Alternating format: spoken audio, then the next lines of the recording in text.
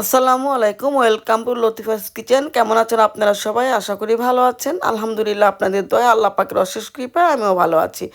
আজকে আমি আপনাদেরকে দেখাবো কিভাবে একদম ইজিলি কলিজা পরিষ্কার করা যায়, ক্লিন করা যায়, এবং উপরে যে পর্দাটা আছে সেটা কিভাবে ফেলে দেওয়া যায় সেটা আমি আপনাদেরকে দেখাবো।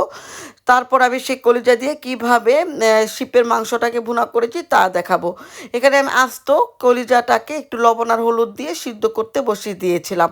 এখানে কিন্তু 1 কেজি কলিজা আছে, আচ্ছা আমি পিসেস করে কেটে নিয়ে একবারে আস্তটাই বসিয়ে দিয়েছিলাম। দেখেন, সিদ্ধ হওয়ার পরে এটাকে আমি ধুয়ে ঠান্ডা পানি দিয়ে ধুয়ে পরিষ্কার করে নিয়েছি। টান দিতেই দেখেন চামড়াগুলো, স্কিনগুলো একদম চলে আসছে। সেইভাবে আমি সমস্ত স্কিনগুলোকে পরিষ্কার করে নিয়েছি। তারপরে এটাকে গুল গুল করে টিউব করে কেটে নিয়েছি, যেভাবে আপনি চান সেভাবে কেটে নেবেন। তারপরে এখানে আমি 2 কেজির মতো শিপের মাংস নিয়েছি, তার সাথে নিয়েছি আধা কেজি আপনার কলিজা। যাই হোক, এখানে আমি পরিমাণ মতো দিয়ে দিচ্ছি তেল। তেল অবশ্য আমি এখানে ইউজ করেছি 2 টেবিল চামচ। তারপরে আমি দিয়ে দিব এখানে হলুদ, মরিচ, ধনিয়া, গরম মশলা, জিরার সব ধরনের পাউডার। তো আমি মরিচগুলো অবশ্য দিয়েছি 3 টেবিল চামচ, যেখানে এখানে মাংস মোটামুটি অনেকটুকু। আর বাকিগুলো আমি 1.5 টেবিল চামচ করে দিয়েছি। সো আর আর এখানে আমি দিয়ে দিব আদা রসুনের পেস্ট আপনার 1.5 টেবিল চামচের মতো। আমারটা অবশ্য রেডিমেড কিনা পেস্ট, ওগুলো আমি দিয়ে দিব। স্বাদ মতো লবণ দিয়ে দিব। তারপরে এগুলোকে আমি ভালোভাবে মিক্স করে নিব। আমি অবশ্য পেঁয়াজটা একটু পরে দিয়েছি। এটাই যখন নাকি মশলার সাথে একটু মিশে গিয়েছিল, তখন আমি এখানে মিডিয়াম সাইজের একটা পেঁয়াজ দিয়ে দেবো। সো এই ভিডিওটা বানানোর মেন উদ্দেশ্য ছিল অ্যাকচুয়ালি যে কিভাবে আমি কলিজাটাকে ক্লিন করি ইজিলি, সেটা দেখানোর জন্য। আর কলিজার সাথে কিভাবে আমি শিপের মাংসটা রান্না করেছি তাও, কারণ আমি শিপের মাংসটা কলিজার সাথে কোনো দিন রান্না করে ইউটিউবে দেইনি বা কোনো চ্যানেলে দেইনি।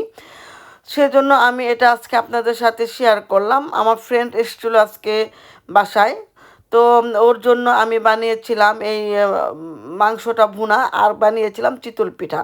তো আমরা রান্না করে 2 বান্ধবী মিলে বসে আরাম করে খেয়েছি আর আড্ডা মেরেছি। তো দেখুন আমি কিভাবে করে নিয়েছি। তো আমি কিন্তু সব কিছু একসাথে দিয়ে মিক্স করে নিলাম। এখন এটাকে আমি হাই হিট দিয়ে ঢেকে বসিয়ে দিব।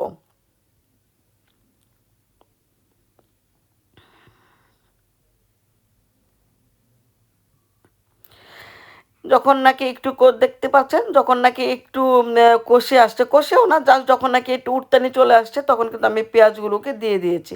আপনি চাইলে একবারও দিয়ে দিতে পারেন, সবসময় একবারই দিয়ে দিই, কিন্তু এখানে আমি এমনিতেই জাস্ট একটু পরে দিয়েছি। এটাতে আপনার টেস্টের কোনো মানে হেরফের হবে না।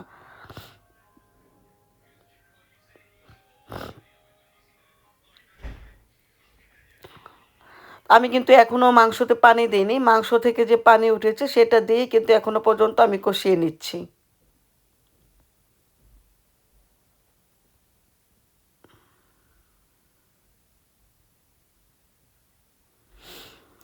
মাংসটা কিন্তু এখনো পর্যন্ত হাই হিটেই আছে।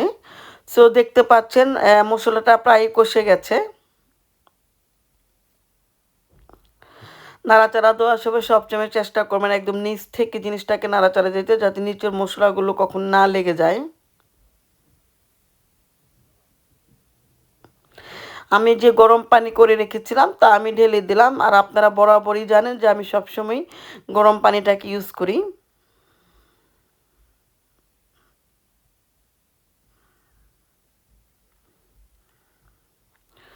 লবণটা একটু চেখে নিলাম। তো আমার লবণ পারফেক্ট ছিল, আজকে আর লবণ মিক্স করতে হবে না। এভাবে কিন্তু আমি হাই হিটে রান্না করছি, আমি কিন্তু জালটা এখনও কমিয়ে দিইনি, হাই হিটে রান্না করছি। আমার ক্যামেরাটা অনেক সময় দেখা যায় ঢাকনা খোলার পরে, যেহেতু ক্যামেরাটা উপরের দিকে থাকে, সো অনেক সময় একটু ঘোলা হয়ে যায়। ঝোলটা যখন আরেকটু শুকিয়ে আসলো, তখন আমি আবার আবার লবণটা চেক করলাম যে অ্যাকচুয়ালি ঠিক আছে কিনা। তো আলহামদুলিল্লাহ লবণ ঠিক ছিল, লবণ আর মিক্স করতে হবে না। সো আমার দেখতে পাচ্ছেন আমি কিন্তু এই মুহূর্তে কিন্তু জালটা আমার একদম লো আঁচে আছে, কারণ যেহেতু ঝোলটা অনেকটা শুকিয়ে গেছে, তাই এটাকে আমি লো আঁচে করে দিয়েছি যাতে সিদ্ধ হয় আস্তে আস্তে। এখন এখানে আমি গরম মশলা আর হচ্ছে জিরার পাউডার করে ওটা মিশিয়ে দিলাম। এখন এটাকে ঢেকে আমি 10 মিনিটের মতো একদম লো আঁচে রান্না করব, একদমই লো আঁচে। সো এভাবে আপনারা রান্না করে দেখবেন, এবং কলিজাটা যেভাবে আমি ক্লিন করেছি ঠিক এইভাবে আপনারা ক্লিন করে নেবেন, খুবই ইজিলি সহজভাবে ক্লিন করতে পারেন।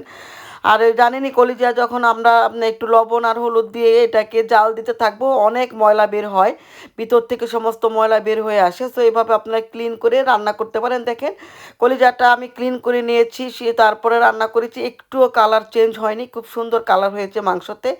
এবং পিঠা দিয়ে এটা এইভাবে আমরা সবাই মিলে এনজয় করে খেয়েছি। তো ভালো লাগলে লাইক কমেন্টস করবেন, আমার পাশে থাকবেন, আমার জন্য দোয়া করবেন। আসসালামু আলাইকুম।